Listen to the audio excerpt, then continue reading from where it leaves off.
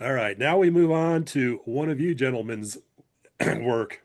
Rusty, you wrote a short biography of Robert E. Howard for the Wandering Star edition of Savage Tales of Solomon Kane. Why did you Actually, I write? originally wrote it for Cross Plains Comics. Cross Plains Bill's holding Comics. up there.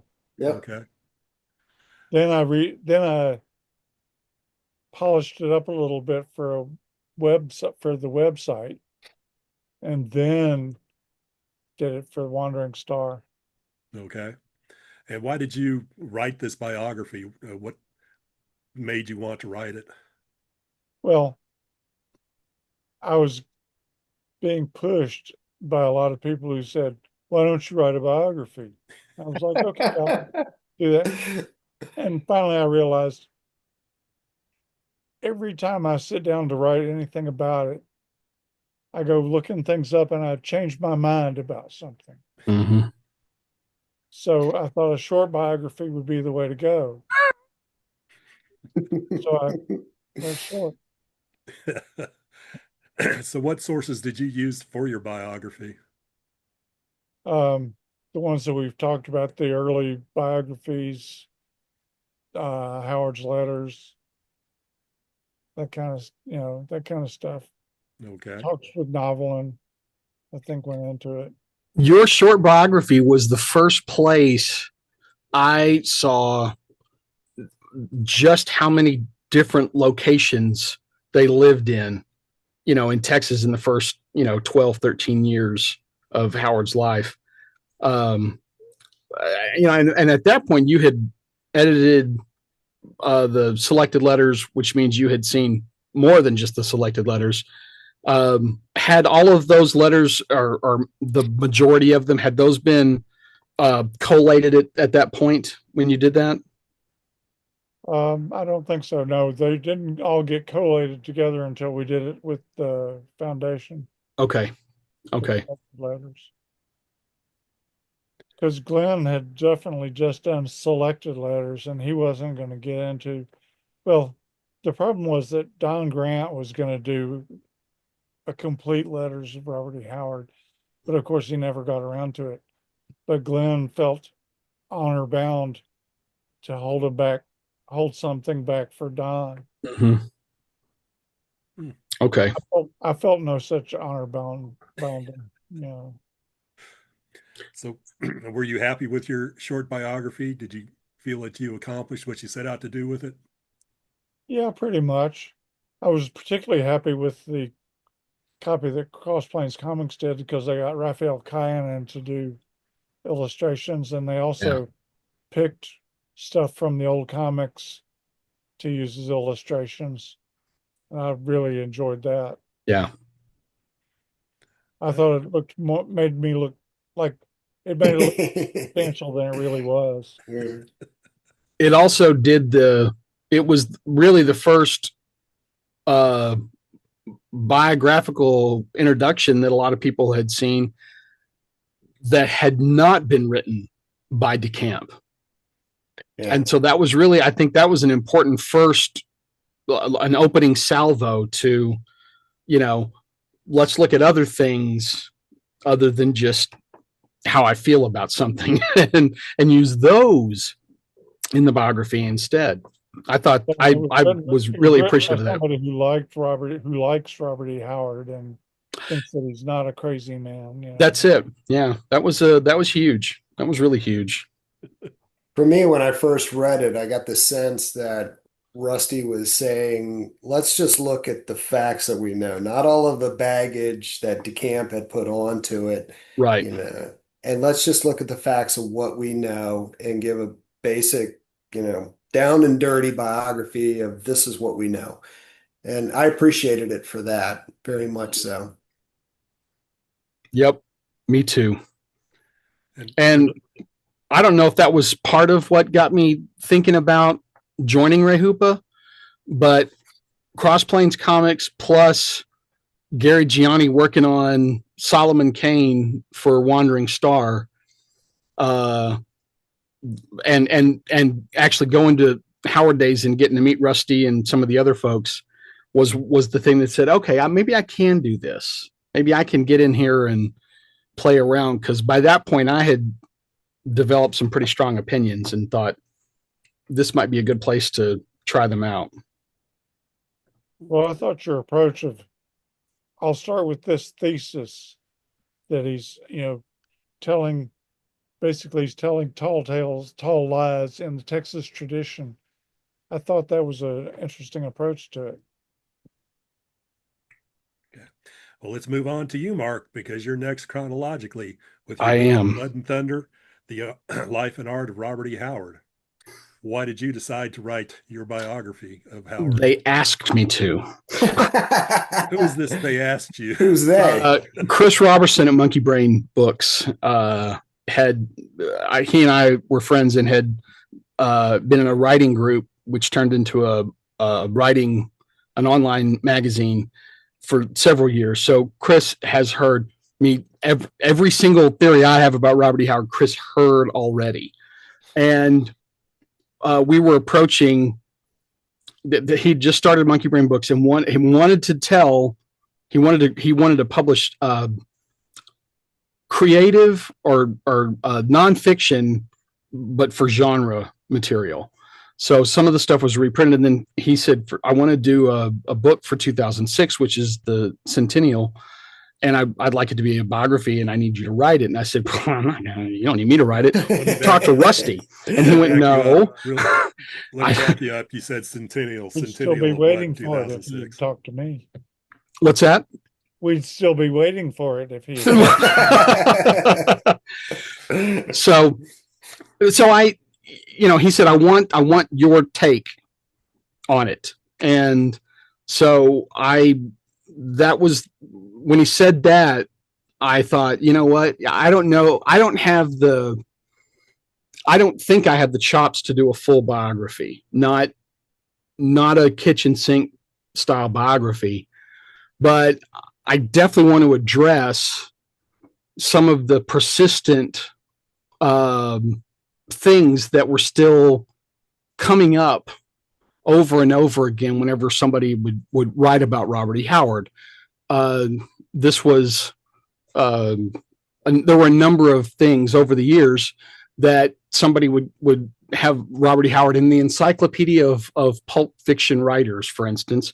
And I go, oh, cool. It's just great. What's he going to say? Oh, it's the exact same thing that DeCamp said. Mm-hmm. And the reason why it all said the same things that DeCamp said is because no one else had written anything with the reach of the Lancer Conans. And so my goal was to refute all of the stuff that I thought DeCamp just got completely wrong.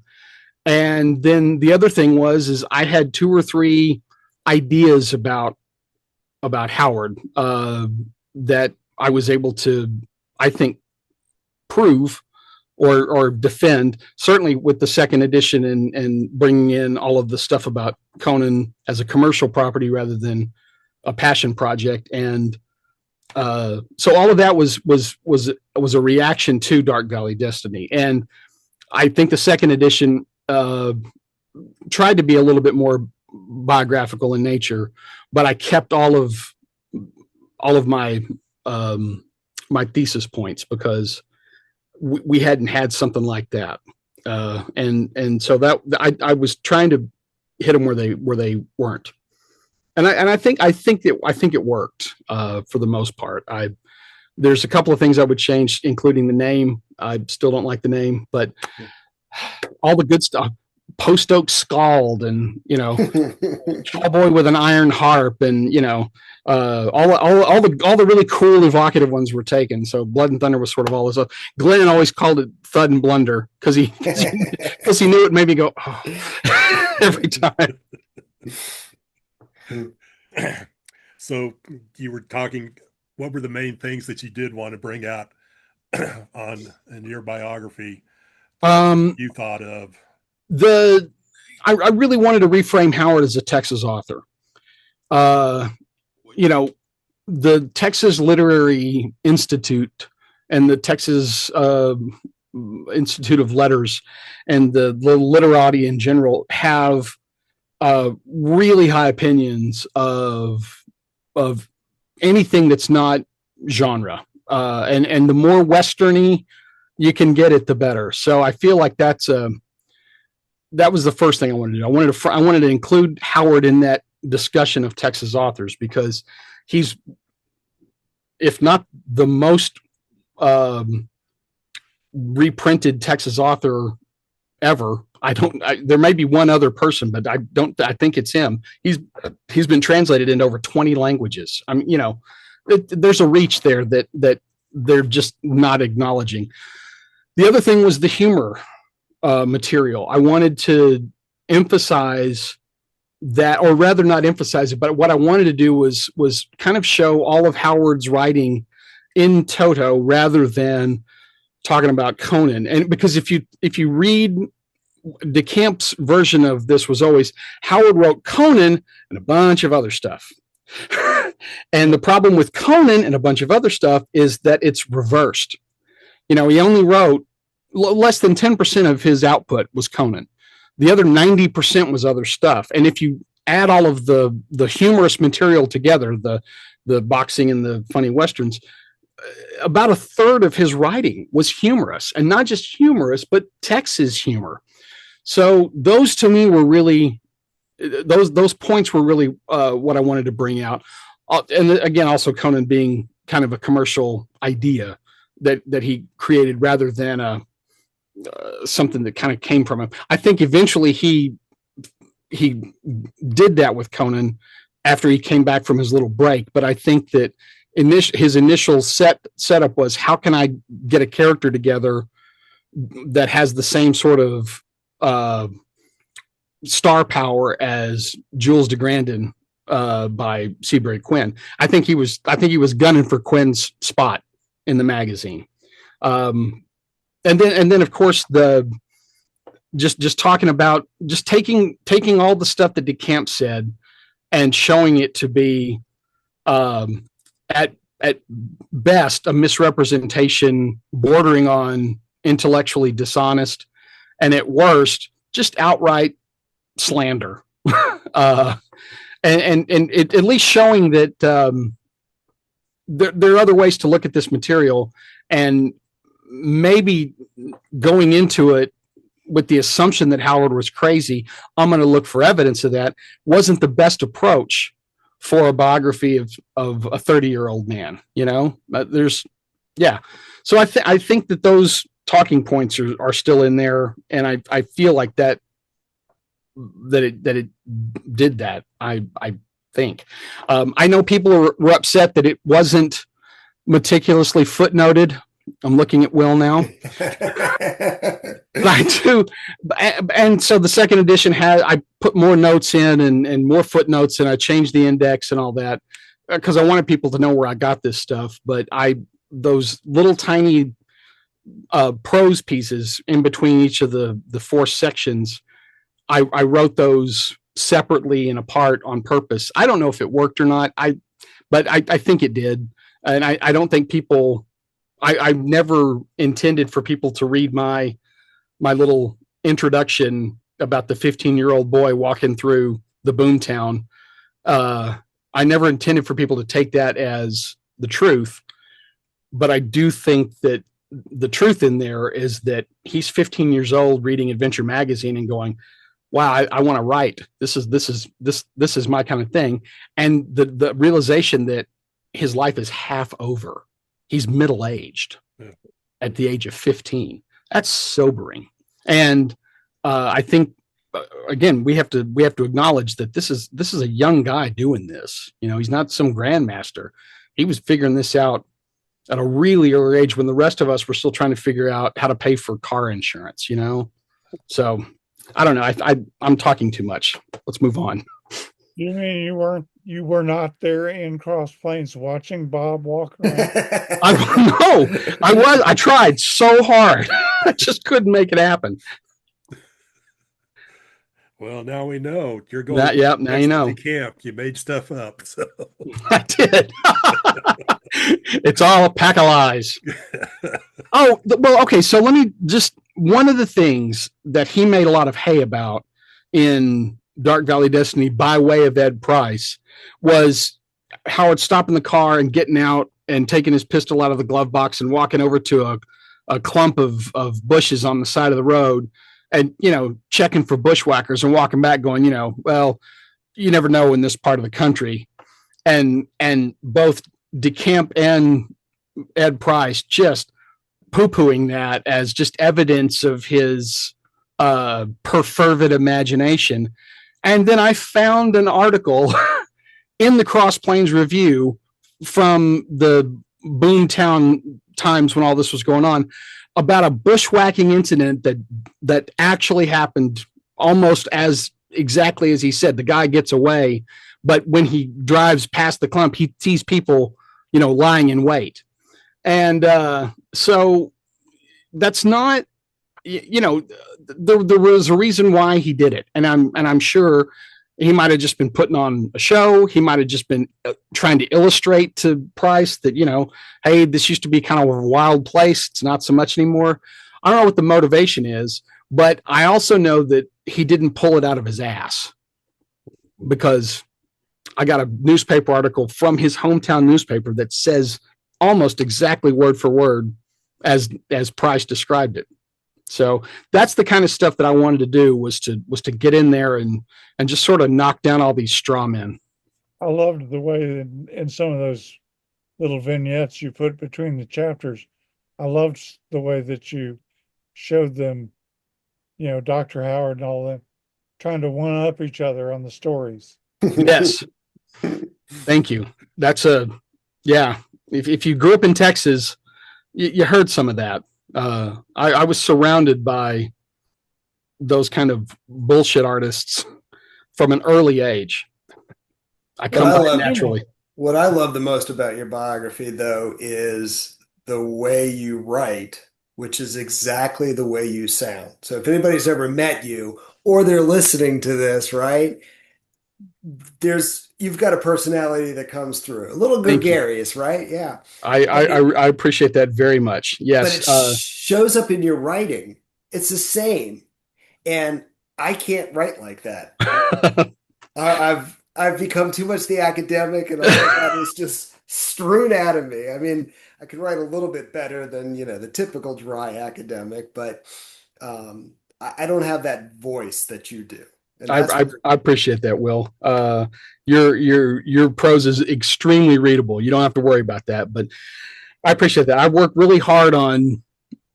Well, honestly, to me, it's easier if I write in my tone of voice, then I can do ums and ers, and nobody can say boo about it because I go, oh no, he sounds like that kind of an idiot. Yeah, I'm just reading what he's saying. That's just him for whatever reason.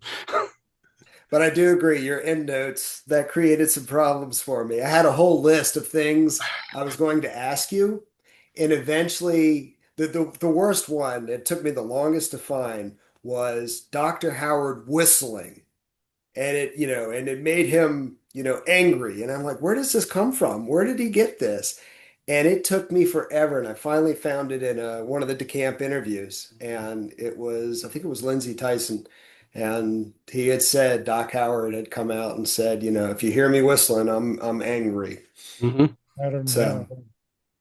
although other people said when he was whistling, he was happy. Right. So, And yeah. Dave was talking about him coming whistling through the graveyard to visit them. Yeah. And then, it was Lindsay, wasn't it? Who said, when you hear me whistling like that, you'll know I'm madder than hell. Yeah. Yep. And again, you have to make, when you're talking about biography, part of your job is to interpret. Now you can interpret gently, as I think Will has done, and kind of let the material sort of speak for itself. But even then, the way you shape it, the way you present it, that's part of that. There's stuff in there I can't prove, but I can feel. I think I know. And I'm willing, I would certainly be willing to change my mind about it if new information came to light. We've all brought our preconceived notions to Robert E. Howard over the years. I've seen fans tell me emphatically that Howard's skill with a broadsword is why Conan is such formidable. And I'm like, where are you getting at? And he's like, they don't know because they've taken it into themselves. This stuff hits you very viscerally. You feel it in your gut. That's the one of the magical aspects of Howard's writing. And so when you take that in like that, your issues and things will happily trickle down onto Robert E. Howard. And I think that's why there's such a widespread and why people are so vociferous about their thoughts and opinions about Robert E. Howard. So some of that's in there. I make no apologies for it, but none needed. Thank you.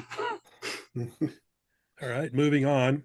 We have Dr. Patrice Louinet's The Robert E. Howard Guide, followed by David C. Smith's Robert E. Howard, A Literary Biography, followed by Todd Vick's Renegades and Rogues. These came out in the space of a few years of each other. The first two in about 2018, and then Todd's in 2021. Patrice's The Guide, Robert E. Howard Guide, is a general primer that he wrote originally in French for all the people in France who were starting to become aware of Robert E. Howard and his writings, explaining who Howard was and who his characters and what his stories were and were about. And he has a little bit of a biography in there on Howard. David Smith's Robert E. Howard, A Literary Biography, looks at Robert E. Howard's writings and the influences on him, who his favorite writers were, what he took from their writings that he applied in his writings. And it's more, not quite a nuts and bolts, this is a life biography, but this goes into his writing craft. And then Todd Vick's book, Renegades and Rogues, was pretty much, I kind of characterize it as a sort of like Dragnet, just the facts, ma'am, where he just writes, this year, this is what happened this year, this is what happened this year, throughout Howard's life, without very much in the way of embellishing or building on it. What do you folks think about those three guides? What can people get from those three guides or those three books on Robert E. Howard? Well, Patrice's book, I think, is really good. Everybody should get a copy of that and read it. David's biography, I thought, was excellent. But again, he says from the outset, I am writing this from the standpoint of a professional author Right. who's interested in this other author and how he worked. And so that's what he was writing about. Todd's is a little more all over the map. And when he, at the beginning where he's just pretty much sticking to just the facts, it's fine. But when he gets to the end and he goes into what happened afterward, the aftermath of, Conan properties and all of that, he kind of messed up a lot of stuff. Yeah. And to be fair, that period, 1937 to 10 minutes ago, is a Gordian knot. There's no untangling it is the 13th labor. Somebody often risking a lawsuit. No. Well, right. Also, yeah, there was a lot of that. I agree. I think Patrice's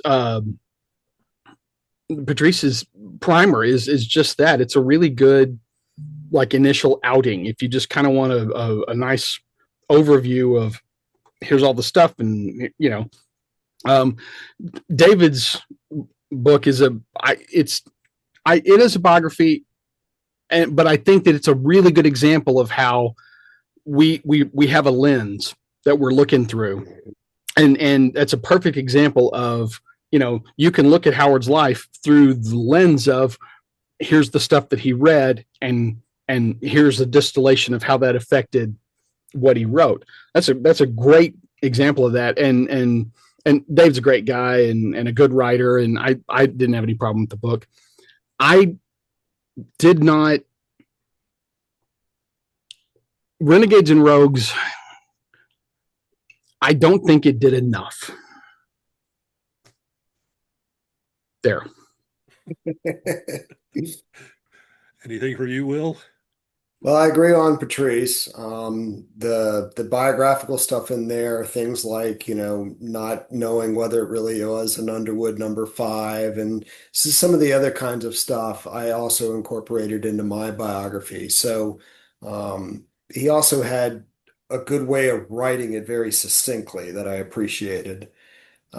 David Smith's I actually really did like, because again, that literary lens. I'm not a literary guy. I mean, I'm a criminal justice professor. I'm a police professor. I teach cops, right? I mean, or future cops. So, not exactly the literary type. I love reading literature, but as Holden Caulfield said, I read a lot. I'm not very literate, but I read a lot. So that's kind of my take on that. But I loved it because of the perspective that he gave on it. And then again, it is biographical, but from that angle. Renegades and Rogues, for me, the biggest hang up I had initially at the beginning was it violates rule number 1 of writing a biography, and it's not about you, it's about the subject. So he incorporates a lot of the personal pronoun I. And to me, again, as a strict academic biography and all the biographies I've read, you don't inject yourself in there. However, I did appreciate that because I realized from my biography, I wanted to make sure that I'm not in there because I'm not important, right? It's Howard that's important. So it helped me focus that. The other thing is about half of the book is that 1937 on. Mhm. So it's really about, so it's not, it's like half biography, half legacy. Yeah. And that got me to thinking too about mine. And I looked, Mark, you have a little bit of legacy. Some of the other ones have, a little bit more legacy. And I thought, you know what? I want to reserve it just for the biography. So Yeah. it it it it did help me frame mine maybe a little bit more of what I wanted to do. So Yeah. I did very much appreciate that. Um, but Okay. Well, let's move on to you now, Will. Explain yourself. Why did you care to write a biography on Robert E. Howard after all these other books have written yeah, on him and just pretty much beaten it to a dead horse state? yeah, that was the one question I was asked when people found out I was writing a biography of Howard. They're like, "Why?" I was like, "Okay." Why do we need another one? Um, I guess for me, it's my wife's fault. Oh, Yeah, okay. so she's to blame. Um, I had written a history of criminal justice, and I was citing the father of American policing as August Vollmer. He was the police chief of Berkeley, California from 1905 to 1932 and became the first police professor. So I owe my current career to him. And I wanted to read a good biography when I was done, and I couldn't find one. There wasn't one. There was one of those old G-men written for like the 10 to 12-year-old crowd. Hmm. And it was good, but that's not what I had in mind. So I thought, you know what, I'm going to write one. Well, it took me 10 years. I spent a couple of years just reading biographies, trying to figure out how to write one. I loved reading biographies before, but I hadn't thought about reading it to figure out how to write one. Yeah. So I took what I really liked, that was using the subject's voice as much as I could, and then people who knew him, and write them around the figure to kind of give them more context. And so I ended up publishing, it's an 800 page biography.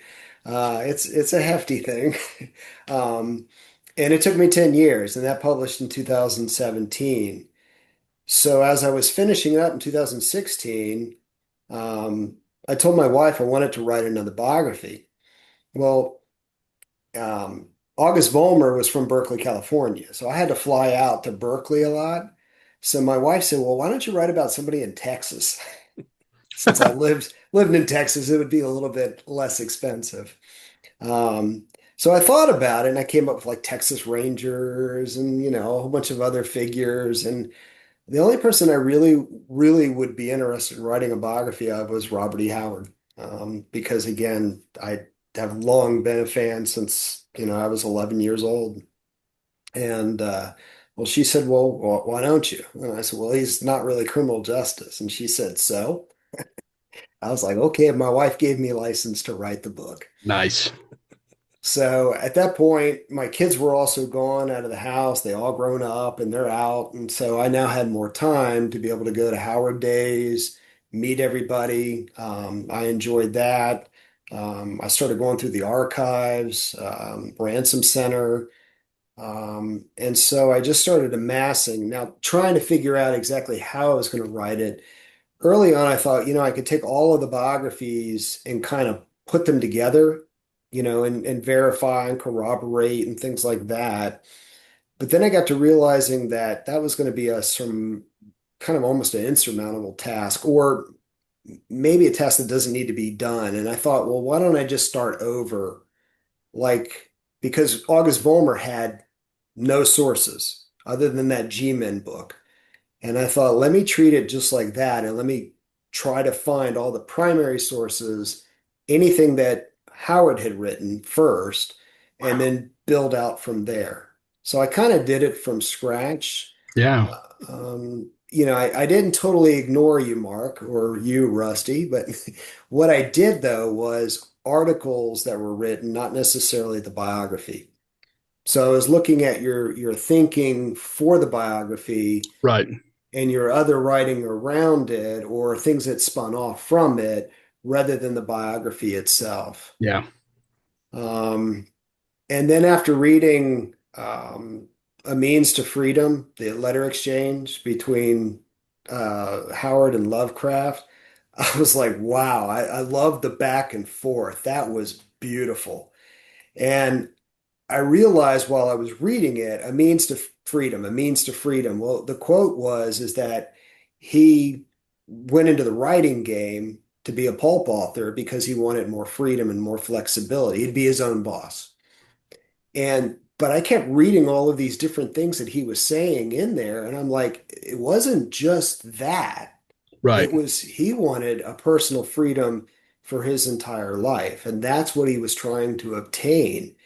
Then I went back and again read the collected letters, and I probably read them as many times as you did, John, when you edited No, I the can second guarantee edition. you haven't. I don't know. Well, I read them. if you find any Yeah. more letters this summer, then I'm going to have to be reading them even more when I read the new editions of them. So thanks Let's a hope, lot, Will. let's hope I do. So, all of this kind of came together, and that was the thesis or the theme that I took. And I think everything backfills into it. So Mark's thesis, which I totally agree with, Howard was a Texan. But there's an element of what means to be a Texan, and that means to be free and independent and not, et cetera. And the time period, I think, was important. And I think it was also important, too, that Howard was from Cross Plains. Right. So it wasn't just Texas, it was really, really small town Texas. Yeah. And I think that had a huge influence. So it kind of just kept developing in this manner, but it was really leaning on what I had done for August Vollmer, where there was no sources, and I kind of took the same approach. So this time it only took me 8 years to write. Are you getting better then? I know. Well, I didn't have to spend 2 years reading biographies, so When I first got a copy of your book and I read through it, I was really impressed, and I thought, wow, your experience as a biographer really shows here. Yeah.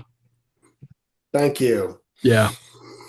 I think that was probably the first thing I realized about a third of the way in is okay.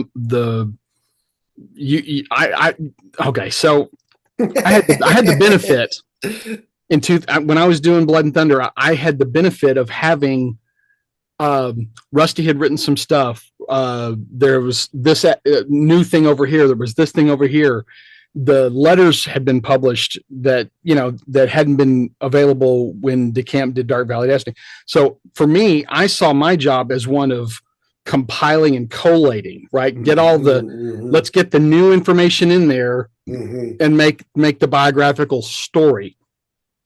One of the things that I did, and I had to stop doing it at a certain point, I undertook trying to put the letters together with when the stories were written and when they were published to create a comprehensive timeline. And I realized that way lies madness. But you are a nut, and you did that. That's what's so cool about your book, is that we now have, I feel like, I don't know that you can add anything to the timeline. I think it's a perfect timeline, and it absolutely, and you did it by organizing his life into clumps, and sometimes there's overlap because life is messy, right? But having it all in these sort of digestible forms and pieces and parts, but it all fits into this larger narrative, is why your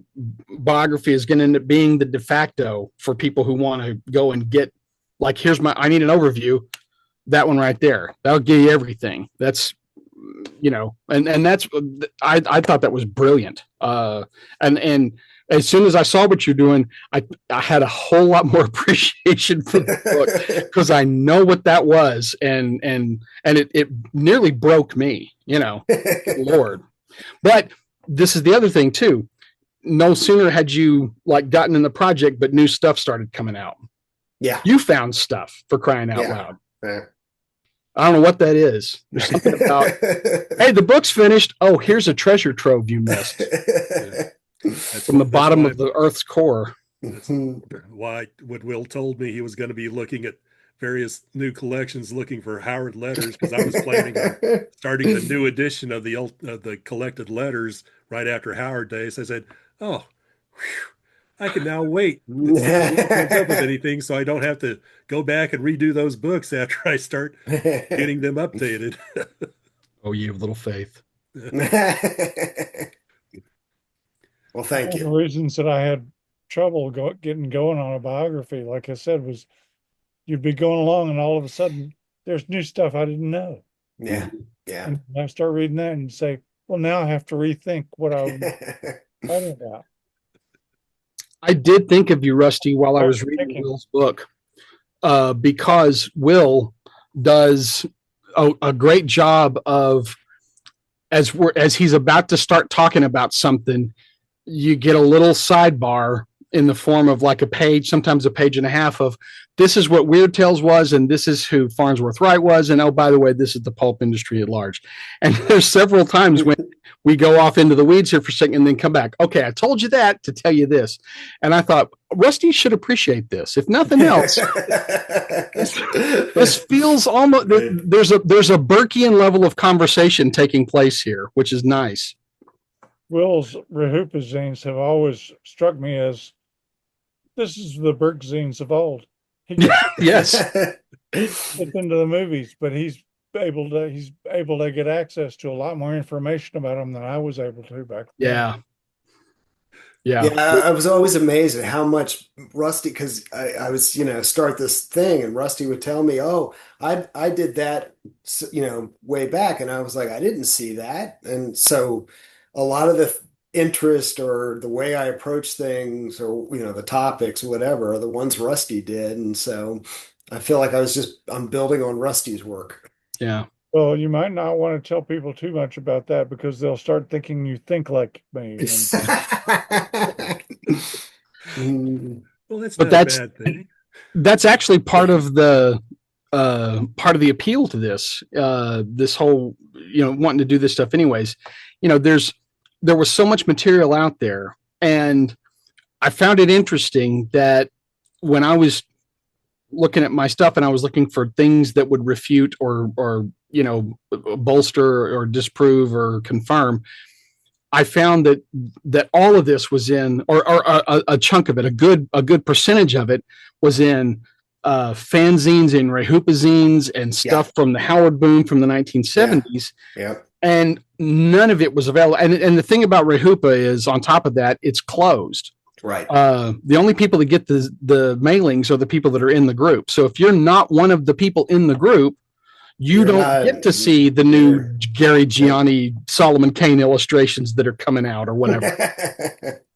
but you also don't get access to those important articles and those interesting, observations and these great overviews where there's a critical point, the second paragraph from the last of it, and so that was putting that all together was really important. And having it coalesce into something is, Will's biography won't be the last Howard biography. There will be other Howard biographies, and they will take a different tone, and that's okay. Yes. We get to decide what we like and don't like, and that's fine. But other people are going to have opinions about this stuff, and as long as we can, I can hope that we're going to see additional new material come to light. I feel like every time I think we've seen it all, here comes a letter, here comes a photo, here comes something, Yeah. So I think every time those come out, there's going to be more interest in adding that to the biographical record and, stacking it up and finding a place for it. I'm sorry, Will, I didn't mean to cut you off. All right. Good. Well, Will, what was the main point or that you wanted to bring out in your biography of Howard?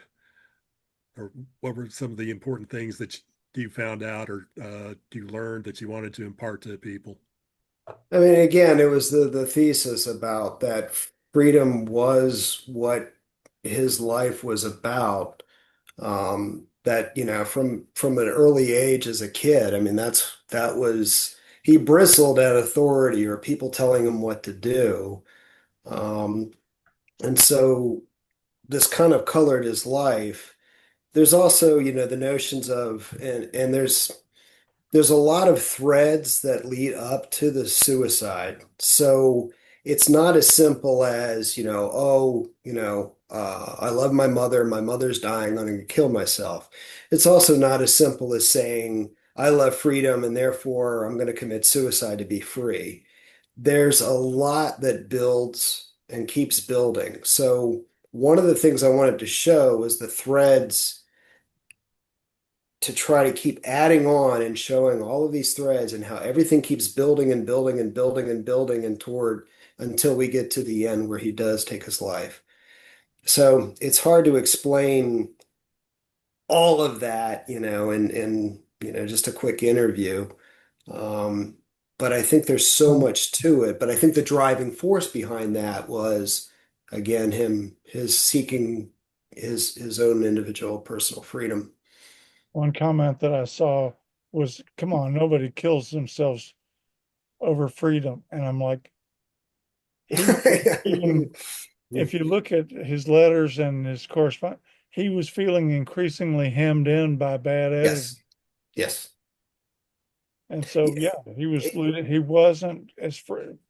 The writing life was not the freedom that he was hoping for. Yeah. Again, because you're at the whim of the readers who, they get bored of something and they want something new. They start complaining, we don't like this. And then you got the editors, and the editors can be fickle and you may not understand why. There may be that possibility that, they've already gotten 6 ghost stories of a haunted house. They don't need any more. But the writer doesn't know that. Yeah. And so there's this, but they're at the whim. So he writes out a story, he sends it in, it gets rejected. He sends it again and again and again to other pulps, and it keeps getting rejected. He doesn't get paid. And that creates an enormous amount of stress. And so there's all of these things that just keep building. I think you did a good job of outlining some of those stressors. There were, and I think it's important when you're talking about this. I hate that we have to keep recontextualizing his suicide. Yeah. I really hate it. And I hate that became part of the dominant narrative for the first 50 years of Howard's posthumous publishing career.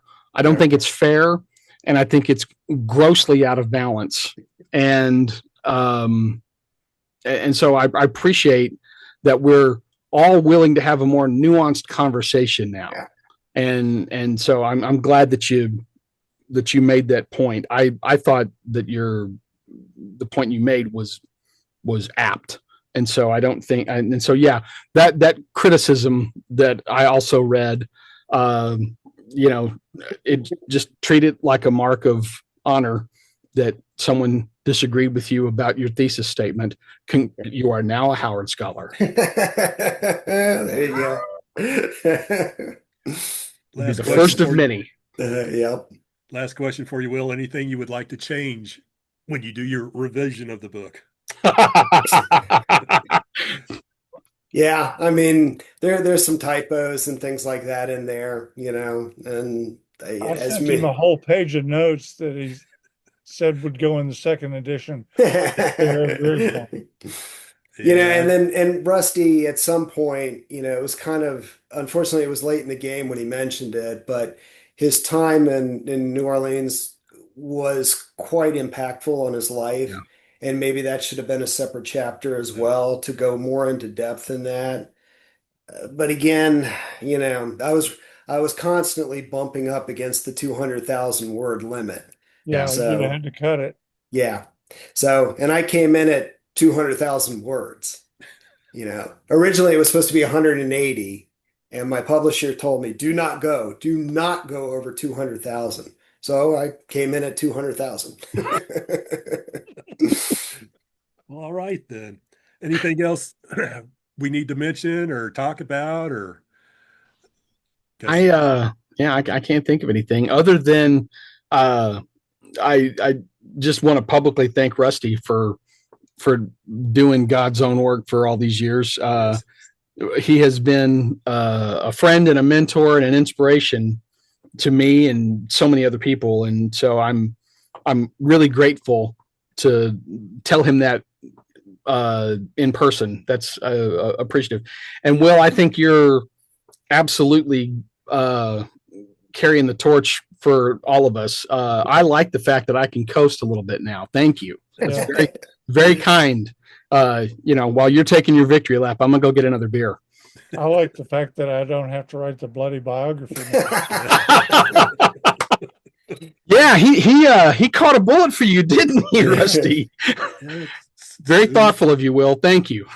Yeah. Well, I appreciate all the work that you two have done, and you too, John, as well. A lot of the behind the scenes stuff, especially. Yes, but all the work with the books at the foundation have been phenomenal. Mainly Paul and Rob. Yeah.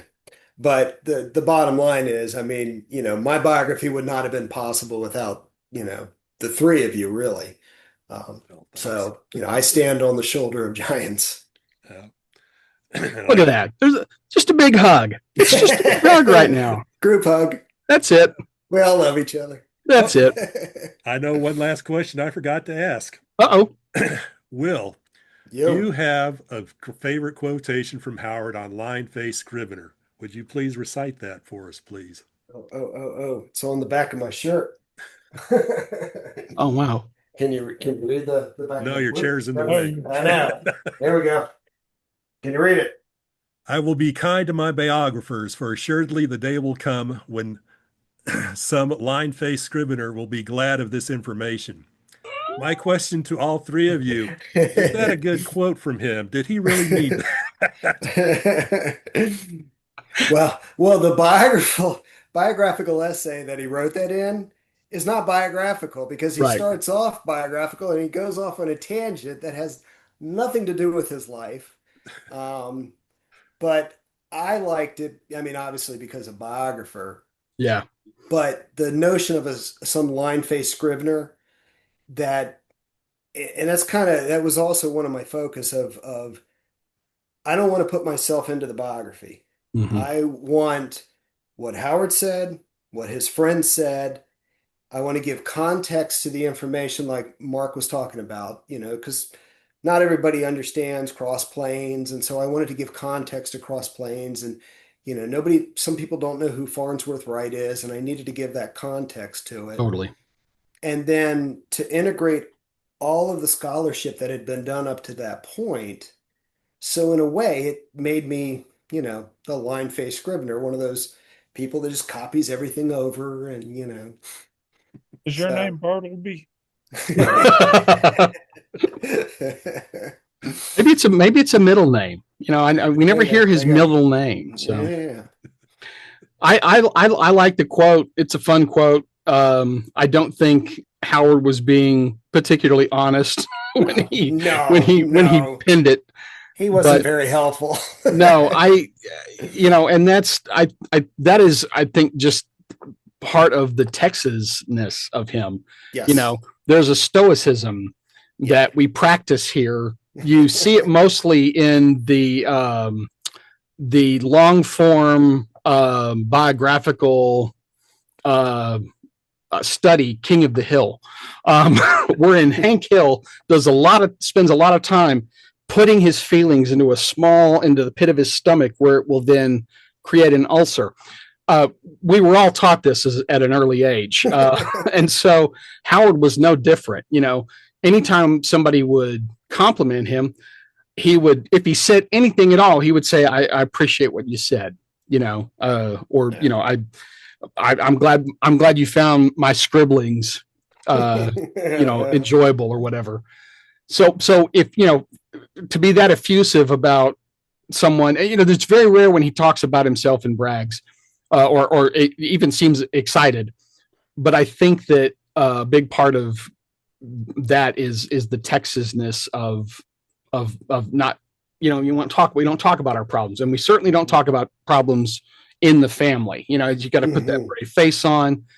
So that's where every biographer will always trip up with any subject, but I think Howard in particular, he was a master at not saying what he meant, which is where I think some of the emotional depth of his writing comes from. Real quick, there's a scene in Post Oaks and Sand Roughs where Steve is working with a geologist as a surveyor, and he talks about seeing a farm on his walk, and there's a very, very lyrical and poignant description of the house and the kids in the yard that are watching him work. And boy, that to me, that's the stuff you want to pull out of Post Oaks and Sand Roughs. I don't know. I don't think he realized that he was, or I don't think he was conscious of the fact that he was giving us a snapshot of Texas right there. But he does. And there's several instances in Post Oaks and Sand Roughs where he's out of his Costigan persona and just writing what he sees or writing the scene. And to me, that's the stuff.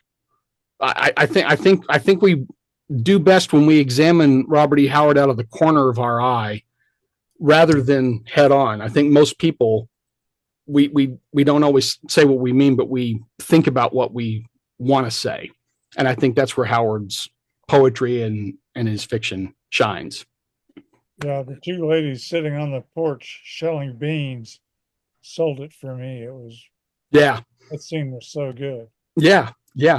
And I can tell you that I would stack that stuff up against anything Catherine Ann Porter wrote, or Dorothy Scarborough, or even Larry McMurtry, any of the other Texas literary luminaries who would eschew reading Conan. Although we now know that McMurtry did read Howard, and in fact read A Gent from Bear Creek. So that's kind of fun for what that is. Well, and he mentioned, were you going to get something to read? Were you going to favor us with a recitation, Will? No, that time I had to go to the bathroom. Oh, well, that's not as much fun. Well, we're almost over here. So any last words, folks? Rusty, you have any last words on Howard and his biographies? No, just that these two gentlemen have written much, much better biographies then, I mean, I hardly deserve to be included in this group, but Oh no, all of this stuff would not have come Hardly, except yeah. for Yeah. you, Rusty. Hard Yeah. disagree, Yes, Godfather. very, very much Hard so. disagree. Yeah. You, you know, you are the man of modern Howard biographers. So, that came That's from it. This is kind of having all your Howard fault. as a mentor really was a big deal. well, you are Yeah. a mentor to all of us, sir. Yes, Do you have very much so. any last words, Mark? No, I said more than enough. But I actually really appreciate this conversation. You know, we write in solitude, and you know, even when you show people afterwards, it's not always the same, because sometimes people want to read just to enjoy or whatever. But other writers getting together to talk about writing is one of my favorite things, because it tells me that I'm not completely nuts. And also I take a lot of pleasure from that. So yeah, I'm grateful for the conversation. I'm grateful for the chance to talk, and I love that we still get to have these talks about our favorite writer. That's my takeaway right there. Yeah, thanks for organizing these videos, John. Yeah, this is gonna be. I hope everybody else digs it. Any last words, Will? I guess the one of the key points, and kind of going off of what Mark had said a little bit earlier, is that that there will be future biographies of Howard, and I want there to be. I think that's extremely important, because again, it's not about me and it's not about us. It's about Howard and Howard's legacy and his reputation. And the more biographies that are written about him and his life, the more his status gets elevated. I mean, there's plenty of, popular authors that only have one biography written on their life.